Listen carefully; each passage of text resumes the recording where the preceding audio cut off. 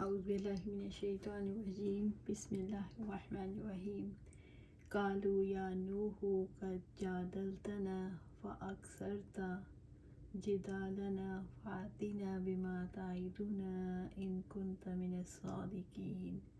انہوں نے کہا، اے نوح علیہ السلام، یقیناً تم نے ہم سے جھگڑا کیا ہے، پھر تم نے ہم سے بہت زیادہ جھگڑا کیا ہے، چنانچہ وہ لے ہی آؤ جس کا تم ہمیں وعدہ دیتے ہو، اگر تم سچوں میں سے ہو۔ سورۃ ہود آیا 32۔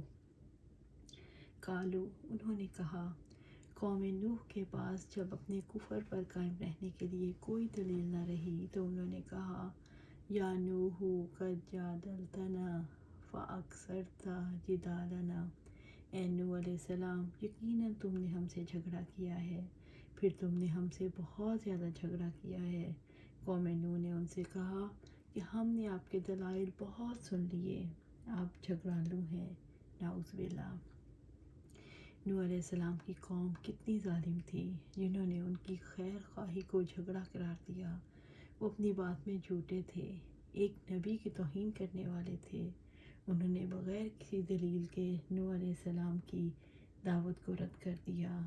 فَأْتِنَا بِمَا تَعِدُونَا إِن كُنتَ مِنَ الصَّادِقِينَ، چنانچہ وہ لے ہی آؤ جس کا تم ہمیں وعدہ دیتے ہو، اگر تم سچوں میں سے ہو۔ قوم نوح علیہ السلام نے کہا، ہمارا مشترکہ فیصلہ یہی ہے کہ آپ سچے ہیں تو جس عذاب سے ہمیں ڈراتے ہیں وہ ہم پر نازل کر دیں۔ قَالَ إِنَّمَا يَأْتِيكُم بِهِ اللَّهُ إِن شَاءَ وَمَا أَنتُم بِمُعْجِزِينَ۔ نوح علیہ السلام نے کہا، در حقیقت اسے تو تم پر اللہ تعالیٰ ہی لائے گا اگر وہ چاہے گا، اور تم ہرگز عاجز کرنے والے نہیں ہو۔ سورہ ہود آیا 33۔ قَالَ إِنَّمَا يَأْتِيكُم بِهِ اللَّهُ إِن شَاءَ، نوح علیہ السلام نے کہا، در حقیقت اسے تو تم پر اللہ تعالیٰ ہی لائے گا اگر وہ چاہے گا۔ نوح علیہ السلام نے وضاحت فرمائی کہ عذاب لانا تو اللہ تعالیٰ کا اختیار ہے، میرے ہاتھ میں اس کا کوئی اختیار نہیں۔ اس کی مشیت کا تقاضا ہوا تو وہ صبح و شام تم پر عذاب بھیجے گا۔ وَمَا أَنتُم بِمُعْجِزِينَ، اور تم ہرگز عاجز کرنے والے نہیں ہو، اور اللہ تعالیٰ کو اپنے ارادے سے کوئی طاقت روک نہیں سکتی۔ وَلَا يَنفَعُكُمْ نُصْحِي إِنْ أَرَدتُّ أَنْ أَنصَحَ لَكُمْ إِنْ كَانَ اللَّهُ يُرِيدُ أَنْ يُغْوِيَكُمْ هُوَ رَبُّكُمْ وَإِلَيْهِ تُرْجَعُونَ۔ اور اگر میں ارادہ کروں کہ میں تمہیں نصیحت کروں تو بھی میری نصیحت تمہیں فائدہ نہیں دے گی۔ اگر اللہ تعالیٰ تمہیں گمراہ کرنے کا ارادہ رکھتا ہو، وہی تمہارا رب ہے، اور اس کی طرف تم واپس لوٹائے جاؤ گے۔ سورہ ہود آیا 34۔ وَلَا يَنفَعُكُمْ نُصْحِي إِنْ أَرَدتُّ أَنْ أَنصَحَ لَكُمْ، اور اگر میں ارادہ کروں کہ میں تمہیں نصیحت کروں تو بھی میری نصیحت تمہیں فائدہ نہیں دے گی، میری نصیحت تمہیں فائدہ نہیں پہنچا سکتی۔ میں جو نصیحت بھی کروں گا تو تمہیں سمجھ نہیں آئے گی، میری خیر خواہی سے تمہیں کوئی فائدہ نہیں پہنچے گا، میں چاہوں بھی تو میری نصیحت تم پر اثر انداز نہیں ہو سکتی۔ إِنْ كَانَ اللَّهُ يُرِيدُ أَنْ يُغْوِيَكُمْ، اگر اللہ تعالیٰ تمہیں گمراہ کرنے کا ارادہ رکھتا ہو، اللہ تعالیٰ کا ارادہ غالب ہے، اگر وہ تمہیں گمراہ کر کے برباد کرنا چاہے تو میں تمہارے لیے کچھ نہیں کر سکتا۔ وہ مالک و مختار ہے، اسی کے ہاتھ میں ہدایت ہے، وہ کسی پر ظلم نہیں کرتا۔ رب العزت کا فرمان ہے، یقیناً آپ جسے چاہیں ہدایت نہیں دے سکتے، مگر اللہ تعالیٰ جسے چاہتا ہے ہدایت دیتا ہے، اور وہ ہدایت پانے والوں کو زیادہ جاننے والا ہے۔ سورۃ القصص آیا 56۔ جس کو اللہ تعالیٰ گمراہ کر دے تو اس کو راستہ دکھانے والا کوئی نہیں، اور انہیں وہ سرکشی میں چھوڑ دیتا ہے کہ وہ بھٹکتے پھرتے ہیں۔ سورۃ الاعراف آیا 186۔ ہوا ربکم، وہی تمہارا رب ہے، وہ تمہارے معاملات پر غالب ہے، جو چاہتا ہے تصرف کرتا ہے، اسی کی خلق ہے، اور اسی کا امر، وَإِلَيْهِ تُرْجَعُونَ، اور اسی کی طرف تم واپس لوٹائے جاؤ گے۔ ہر شخص کو اسی کے پاس لوٹ کر جانا ہے، وہ سب کو ان کے اعمال کی جزا دے گا۔ ام یقولون افتراہ قل ان افتریتہ فعلی اجرامی وانا بریء مما تجرمون، یا وہ کہتے ہیں کہ اس نے گھڑ لیا ہے اسے، آپ کہتے ہیں اگر میں نے اسے گھڑ لیا ہے تو میرا جرم مجھ ہی پر ہے، اور جو جرم تم کرتے ہو اس سے میں بے تعلق ہوں۔ سورہ ہود آیا 35۔ ام یقولون افتراہ، یا وہ کہتے ہیں کہ اس نے گھڑ لیا ہے اسے، یعنی کیا وہ لوگ کہتے ہیں نوح علیہ السلام نے اللہ تعالیٰ پر افتراء پردازی کی ہے، یعنی یہ کہا ہے کہ ان پر اللہ تعالیٰ کی طرف سے وحی نازل ہوتی ہے، اور اس میں یہ احتمال بھی ہے کہ ضمیر کا مرجع نبی اکرم صلی اللہ علیہ وسلم ہو۔ اس صورت میں آیت کریمہ نوح علیہ السلام اور ان کی قوم کے قصے کے اثناء میں جملہ معترضہ کی حیثیت رکھتی ہے۔ اس کا تعلق ایسے امور سے ہے جنہیں انبیاء کے سوا کوئی نہیں جانتا۔ جب اللہ تبارک و تعالیٰ نے اپنے رسول صلی اللہ علیہ وآلہ وسلم کے سامنے نوح علیہ السلام کا قصہ بیان کرنا شروع کیا، اور یہ قصہ ان نشانیوں میں سے تھا جو آپ صلی اللہ علیہ وآلہ وسلم کی صداقت اور رسالت پر دلالت کرتی ہے، یعنی قرآن کو محمد صلی اللہ علیہ وآلہ وسلم نے اپنی طرف سے گھڑ لیا ہے۔ قل ان افتریتہ فعلی اجرامی، آپ کہتے ہیں اگر میں نے اسے گھڑ لیا ہے تو میرا جرم مجھ ہی پر ہے، یعنی میرا جرم، میرا گناہ میرے ذمہ ہے، تم اس سے بری ہو، یعنی ہر شخص کا بوجھ اسی پر ہے۔ جیسا کہ رب العزت نے فرمایا، آپ کہہ دیں کیا میں اللہ تعالیٰ کے سوا کوئی اور رب تلاش کروں، حالانکہ وہی ہر چیز کا رب ہے، اور کوئی جان نہیں کماتی گناہ مگر اسی پر ہے وبال، اور کوئی بوجھ اٹھانے والی کسی دوسرے کا بوجھ نہ اٹھائے گی، پھر تمہارے رب کی طرف ہی تمہارا لوٹنا ہے، چنانچہ تمہیں اس کے بارے میں بتائے گا جس میں تم اختلاف کرتے تھے۔ سورۃ الانعام آیا 164۔ وَأَنَا بَرِيٌّ مِّمَّا تُجْرِمُونَ، اور جو جرم تم کرتے ہو اس سے میں بے تعلق ہوں، یعنی میں تمہارے جرائم سے بری و ذمہ ہوں۔ رب العزت نے فرمایا، اور جب ان کے پاس کوئی نشانی آتی ہے وہ کہتے ہیں ہم ہرگز نہیں مانیں گے یہاں تک کہ ہمیں بھی اس جیسا دیا جائے جو اللہ تعالیٰ کے رسولوں کو دیا گیا۔ اللہ تعالیٰ زیادہ جاننے والا ہے، جہاں وہ اپنی رسالت رکھتا ہے۔ جن لوگوں نے جرم کیے جلد ہی انہیں اللہ تعالیٰ کے ہاں سے ذلت اور سخت عذاب پہنچے گا، اس وجہ سے کہ وہ مکر و فریب کرتے تھے۔ سورۃ الانعام آیا 124۔ پھر یہ بتاؤ کہ تم مجھے کیوں جھٹلاتے ہو، اگر تم توبہ نہیں کرو گے تو اللہ تعالیٰ کے عذاب میں مبتلا ہو جاؤ گے۔ ابو سعید خدری رضی اللہ تعالیٰ عنہ نے بیان کیا کہ نبی صلی اللہ علیہ وآلہ وسلم نے فرمایا، قیامت کے دن نوح علیہ السلام بارگاہ الہی میں حاضر ہوں گے۔ اللہ تعالیٰ دریافت فرمائے گا کہ کیا میرا پیغام تم نے پہنچا دیا؟ نوح علیہ السلام عرض کریں گے میں نے پیغام پہنچا دیا تھا۔ اے رب العزت، اب اللہ تعالیٰ ان کی امت سے دریافت فرمائے گا کہ کیا نوح علیہ السلام نے میرا پیغام پہنچا دیا تھا؟ وہ جواب دیں گے نہیں، ہمارے پاس تیرا کوئی نبی نہیں آیا۔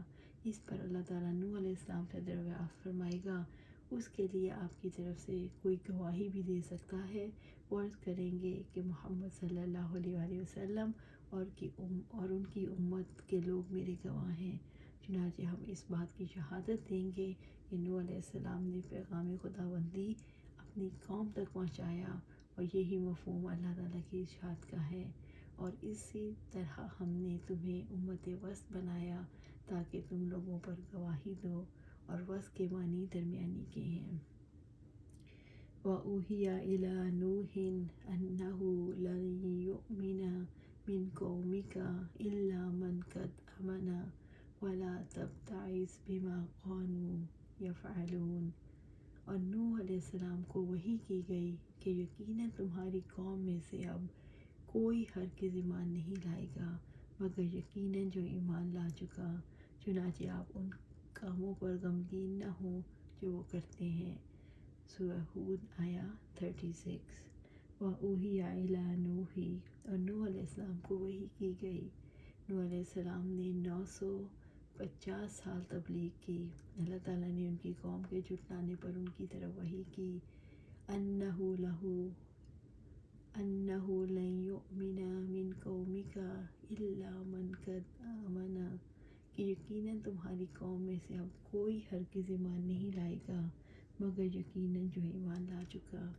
رب العزت نے واضح فرما دیا کہ آپ کی قوم سے کوئی ایمان لانے والا نہیں، کیونکہ اب تک جو لوگ ایمان نہیں لائے وہ پتھر دل ہے۔ ابن عباس رضی اللہ تعالیٰ عنہ کا بیان ہے کہ نوح علیہ السلام کی قوم والے اب آپ کو اتنا مارتے تھے کہ آپ گر پڑتے تھے اور مردہ سمجھ کر لبادہ میں لپیٹ کر گھر ڈال جاتے اور خیال کرتے تھے کہ نوح علیہ السلام مر گئے، لیکن آپ علیہ السلام پھر دوسرے دن آ کر لوگوں کو اللہ تعالیٰ کی طرف بلاتے۔ ایک روایت میں ہے کہ ایک بوڑھا آدمی لاٹھی کے سہارے اپنے بیٹے کے ساتھ جا رہا تھا کہ اس نے اپنے بیٹے سے کہا کہ اس دیوانے بوڑھے کو دھوکے میں نہ آنا۔ اس کے بچے نے کہا، ابا جی ذرا مجھے لاٹھی دیجیے۔ پھر اس نے نوح علیہ السلام کے سر پر اتنا مارا کہ زخمی کر دیا۔ اس کے بعد نوح علیہ السلام پر وحی نازل ہوئی، فَلَا تَبْتَئِسْ بِمَا كَانُوا يَفْعَلُونَ، چنانچہ آپ ان کاموں پر غمگین نہ ہوں جو وہ کرتے ہیں۔ رب العزت نے نوح علیہ السلام کو تسلی دی کہ آپ غم نہ کریں، ان کے بارے میں مال کی پرواہ نہ کریں۔ اللہ تعالیٰ نے ان کے لیے ایسے عذاب کو مقدر کر دیا ہے جو ان سے ٹلنے والا نہیں۔ نوح علیہ السلام کو اطلاع اس لیے دی گئی کہ اب دعوتی کام جاری رکھنے کا کوئی فائدہ نہیں۔ حسن بصری رحمۃ اللہ کا قول ہے، جب اللہ تعالیٰ نے نوح علیہ السلام کو بذریعہ وحی خبر دے دی تو وہ ان کے ایمان لانے سے نا امید ہو گئے اور ان کے حق میں بد دعا کر دی کہ اللہ اب کسی کافر کو زمین پر نہ رہنے دے۔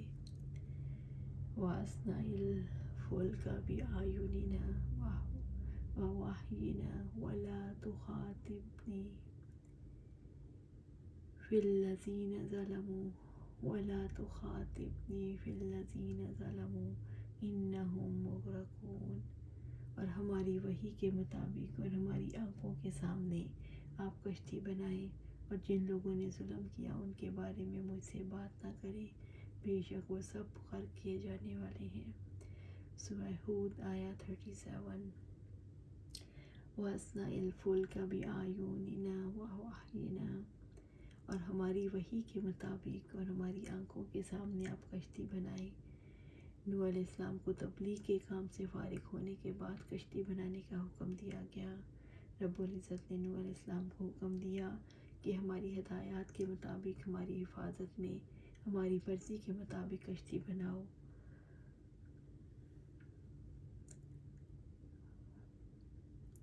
جس کی کیفیت ہم نہیں جانتے لیکن اس پر ایمان لانا واجب ہے۔ یعنی کیا کہ عین کی جمع تعظیم اور مبالغہ کے لیے استعمال کیا کہ نہ کہ کثرت کے لیے، اور عین یعنی آنکھ بھی اللہ تعالیٰ کی صفات میں سے ایک صفت ہے جس کی کیفیت ہم نہیں جانتے لیکن اس پر ایمان لانا واجب ہے۔ تورات کی تصریح کے مطابق کشتی کی لمبائی 3 ہاتھ، چوڑائی 50 ہاتھ اور اونچائی 30 ہاتھ تھی، اور اس کے 3 درجے یا منزلیں تھیں، اور اس میں روشن دان اور دروازے اور کھڑکیاں اور کوٹریاں تھیں، اور باہر رال لگائی گئی کہ گویا یہ موجودہ دور کے لحاظ سے ایک درمیانہ درجے کا بحری جہاز تھا، جسے بنی نوع انسان کی پہلی تاریخ میں نوح علیہ السلام نے غالباً پہلی بار بنایا تھا، اور اس کے بنانے کا طریقہ خود بذریعہ وحی سکھایا۔ وَلَا تُخَاطِبْنِي فِي الَّذِينَ ظَلَمُوا، اور جن لوگوں نے ظلم کیا ان کے بارے میں مجھ سے بات نہ کریں۔ دیکھو ظالموں کے بارے میں یعنی ان کی ہلاکت کے متعلق مجھ سے بات نہ کرنا۔ إِنَّهُمْ مُغْرَقُونَ، وہ سب غرق کیے جانے والے ہیں، یعنی ان کے بارے میں تقدیر کا فیصلہ ہو چکا کہ سب پانی میں غرق کر کے ہلاک کر دیے جائیں گے۔ وَيَصْنَعُ الْفُلْكَ وَكُلَّمَا مَرَّ عَلَيْهِ مَلَأٌ مِّن قَوْمِهِ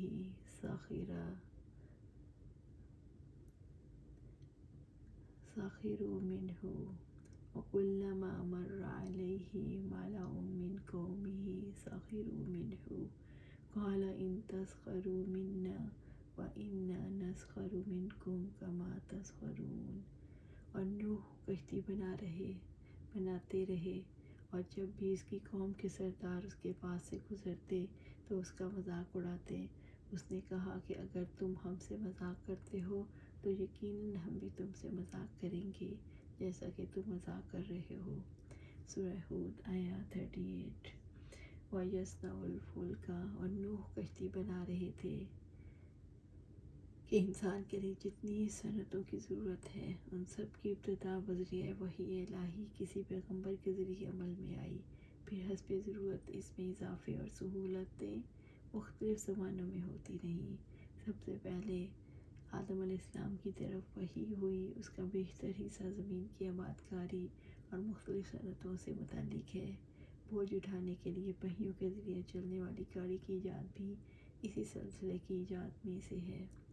وَكُلَّمَا مَرَّ عَلَيْهِ مَلَأٌ مِّن قَوْمِهِ سَخِرُوا مِنْهُ، اور جب بھی اس قوم کے سردار ان کے پاس سے گزرتے تو وہ ان کا مذاق اڑاتے۔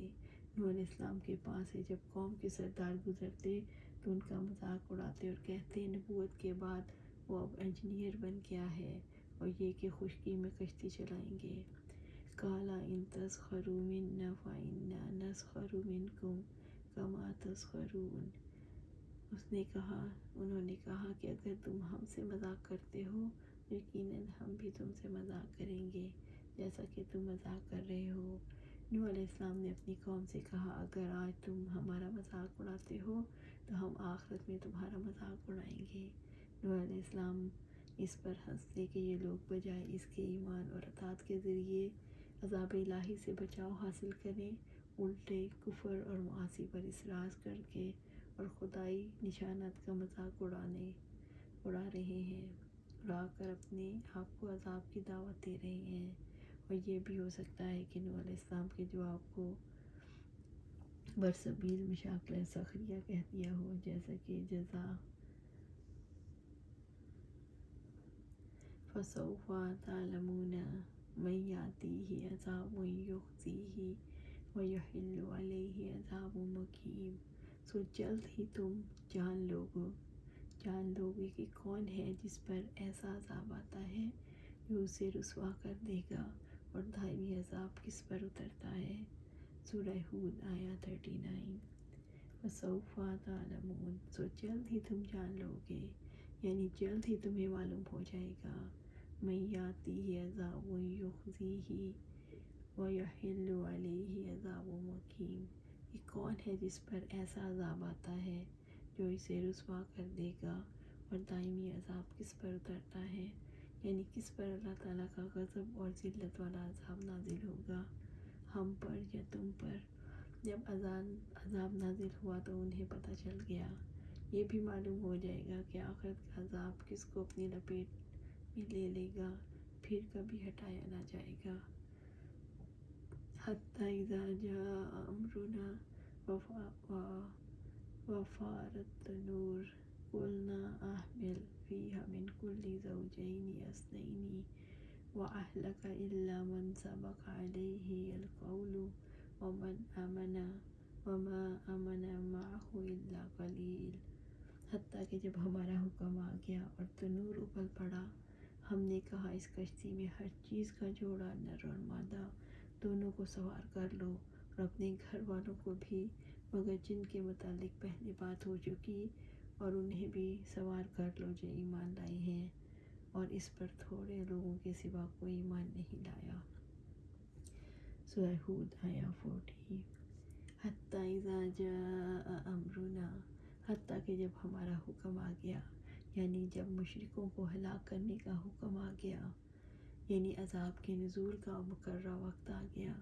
وَفَارَ التَّنُّورُ، اور تنور ابل پڑا، یعنی طوفان کے آغاز کی علامت ظاہر ہو گئی۔ اللہ تعالیٰ نے طوفانی بارشوں کا سلسلہ شروع کر دیا، آسمان سے بارشیں برسنے کا آغاز ہو گیا اور ساری زمین پر جگہ جگہ چشمے جاری کر دیے گئے۔ حتیٰ کہ تنوروں سے بھی پانی ابلنے لگا جو کہ آگ کا مقام ہے، اور پانی اس کام کے لیے جمع ہو گیا جس کو مقدر کر دیا گیا۔ ہم نے کہا اس کشتی میں ہر چیز کا جوڑا نر اور مادہ دونوں کو سوار کر لو، اور اپنے گھر والوں کو بھی، مگر جن کے متعلق پہلے بات ہو چکی، اور انہیں بھی سوار کر لو جو ایمان لائے ہیں، اور اس پر تھوڑے لوگوں کے سوا کوئی ایمان نہیں لایا۔ قُلْنَا احْمِلْ فِيهَا مِنْ كُلِّ زَوْجَيْنِ اثْنَيْنِ۔ ہم نے کہا کہ اس کشتی میں ہر چیز کا جوڑا نر اور مادہ دونوں کو سوار کر لو۔ اللہ رب العزت نے نوح علیہ السلام کو حکم دیا، جب آسمان سے پانی برسے اور زمین پانی ابلنے لگے تو ہر قسم کی مخلوق میں سے ہر قسم کا جوڑا یعنی نر اور مادہ کشتی پر سوار کر لیں تاکہ مخلوقات باقی رہیں۔ وَأَهْلَكَ إِلَّا مَنْ سَبَقَ عَلَيْهِ الْقَوْلُ وَمَنْ آمَنَ، اور اپنے گھر والوں کو بھی، مگر جن کے متعلق پہلے بات ہو چکی، اور انہیں بھی سوار کر لو جو ایمان لائے۔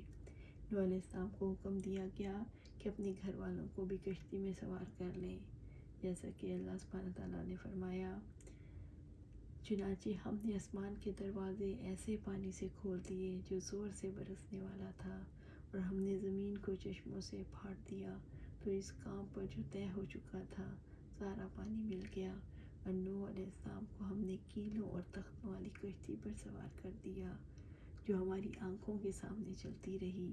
یہ تھا بدلہ اس شخص کے لیے جس کا انکار کیا گیا تھا۔ سورۃ القمر آیا 11 سے 14۔ إِلَّا مَنْ سَبَقَ عَلَيْهِ الْقَوْلُ، مگر جن کے متعلق پہلے بات ہو چکی، یعنی جس کی ہلاکت کا پہلے سے طے کر لیا گیا، جیسے نوح علیہ السلام کی بیوی وائلہ اور ان کا بیٹا کنعان۔ وَمَنْ آمَنَ، اور انہیں بھی سوار کر لو جو ایمان لائے ہیں، ان لوگوں کو سوار کر لو جو آپ کی قوم میں سے آپ پر ایمان لائے، جنہوں نے تصدیق کی اور آپ کی پیروی کی۔ وَمَا آمَنَ مَعَهُ إِلَّا قَلِيلٌ، اور اس پر تھوڑے لوگوں کے سوا کوئی ایمان نہ لایا۔ نوح علیہ السلام کے ساتھ بہت کم ایمان لانے والے تھے۔ ابن عباس نے کہا یہ 80 لوگ تھے جن میں مرد عورت سب شامل تھے۔ اللہ سبحانہ تعالیٰ سے دعا ہے کہ ہم اپنی زندگی قرآن و سنت کے مطابق گزاریں، اللہ سبحانہ تعالیٰ کے ہر حکم کے آگے سر خم کر دیں اور سمیعنا اطعنا کہیں۔ یہ تب ہوگا جب ہم اپنی زندگیاں قرآن و سنت کے مطابق گزاریں گے۔ اللہ سے دعا ہے کہ ہمیں اقامت دین کے لیے چن لے۔ اللہ سبحانہ تعالیٰ ہمیں اور ہماری اولاد کو جو قیامت تک آنے والی ہے ان سب کو صراط مستقیم پر رکھنا۔